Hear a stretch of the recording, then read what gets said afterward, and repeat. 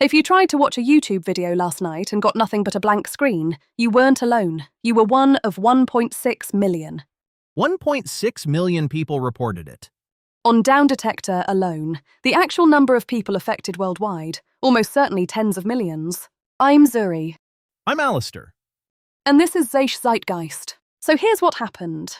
Starting around 8 p.m. Eastern on Tuesday, YouTube went completely dark. The homepage, the app, YouTube Music, YouTube Kids, even YouTube TV, all of it. You'd open the site and see the sidebar, the search bar, and then nothing.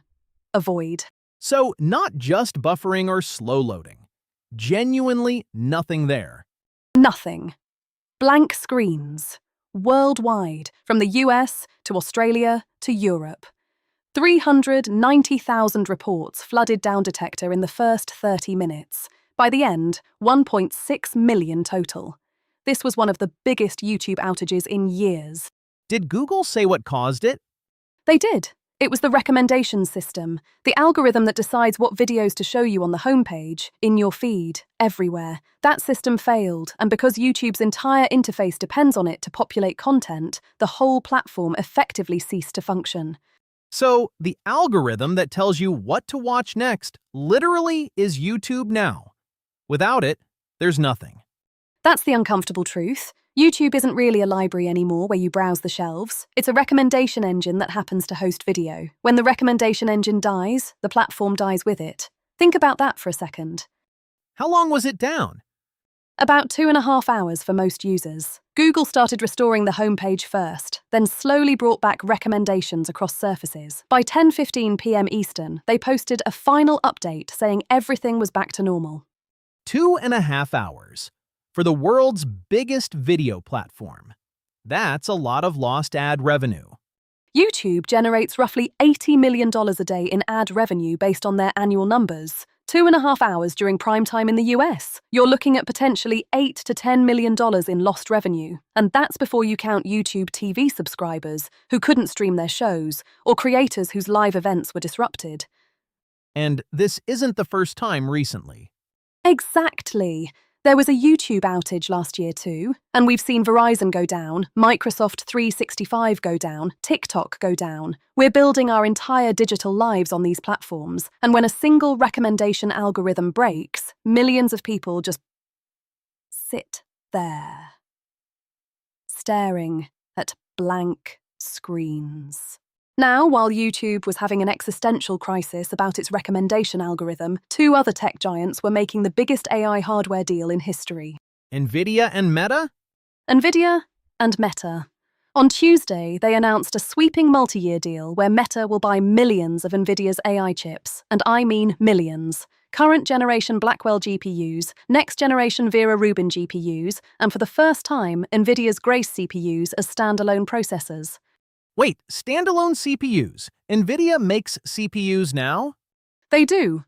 And Meta just became the first company to deploy them at scale in data centers, separate from GPUs. That's a direct shot at Intel and AMD, who have dominated the CPU market. AMD stock dropped 4% within hours of the announcement. How much money are we talking? Financial terms weren't disclosed, but chip analyst Ben Bajarin of Creative Strategies called it certainly in the tens of billions of dollars. This is part of Meta's commitment to spend $600 billion in the US by 2028 on AI data centers. $600 billion? $600 billion. Meta has 30 data centers planned, 26 in the US. The two biggest are under construction right now. Prometheus in Ohio, which is 1 gigawatt, and Hyperion in Louisiana, which is 5 gigawatts. For context, 5 gigawatts is roughly enough to power 4 million homes. And all of this is to power what, exactly? Meta AI? Llama? Mark Zuckerberg called it delivering personal superintelligence to everyone in the world. They're building a successor to their Llama AI called Avocado, and they need ungodly amounts of compute to train and run it. Engineering teams from both companies will be doing deep co-design to optimize Meta's AI models specifically for NVIDIA's hardware. So NVIDIA isn't just selling chips. They're becoming a co-developer. They're embedding themselves into the entire stack: GPUs, CPUs, networking switches, even security capabilities for WhatsApp. This is NVIDIA's soup-to-nuts strategy, and Meta just validated every piece of it. For NVIDIA, this is a coronation. For Intel and AMD, it's a warning shot. Speaking of tech companies facing consequences, Spain just went nuclear, figuratively. What did Spain do? Prime Minister Pedro Sánchez announced Tuesday that Spain is ordering criminal prosecutors to investigate X, Meta, and TikTok for allegedly allowing their AI systems to generate and spread child sexual abuse material. Criminal investigation, not a regulatory fine. Criminal.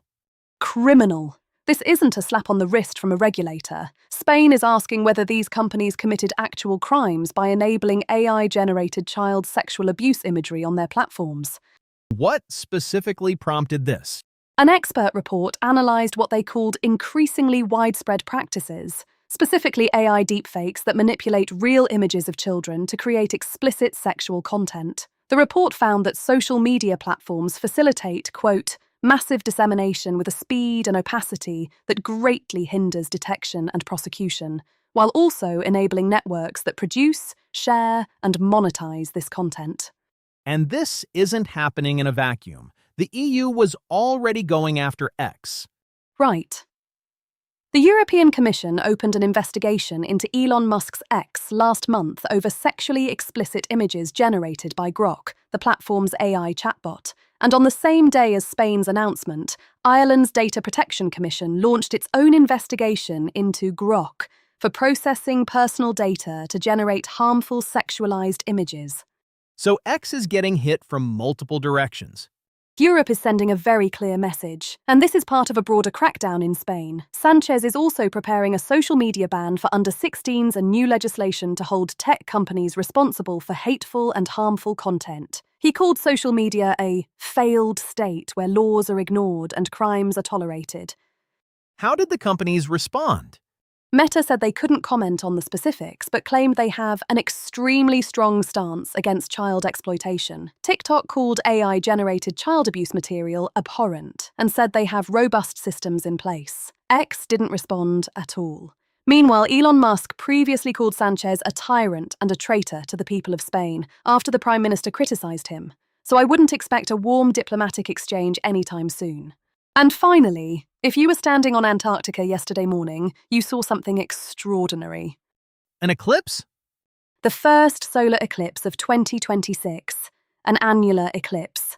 At 12:12 UTC on Tuesday, the moon slid in front of the sun and left a perfect ring of fire in the sky over Antarctica. A ring of fire. So, not a total eclipse? No. The moon was too far away in its orbit to completely cover the sun, so instead of darkness, you get this spectacular glowing ring. The word annular comes from the Latin annulus, meaning ring. It's eerie and beautiful in a way that total eclipses aren't. Who actually got to see it? Almost nobody. That's what makes it fascinating.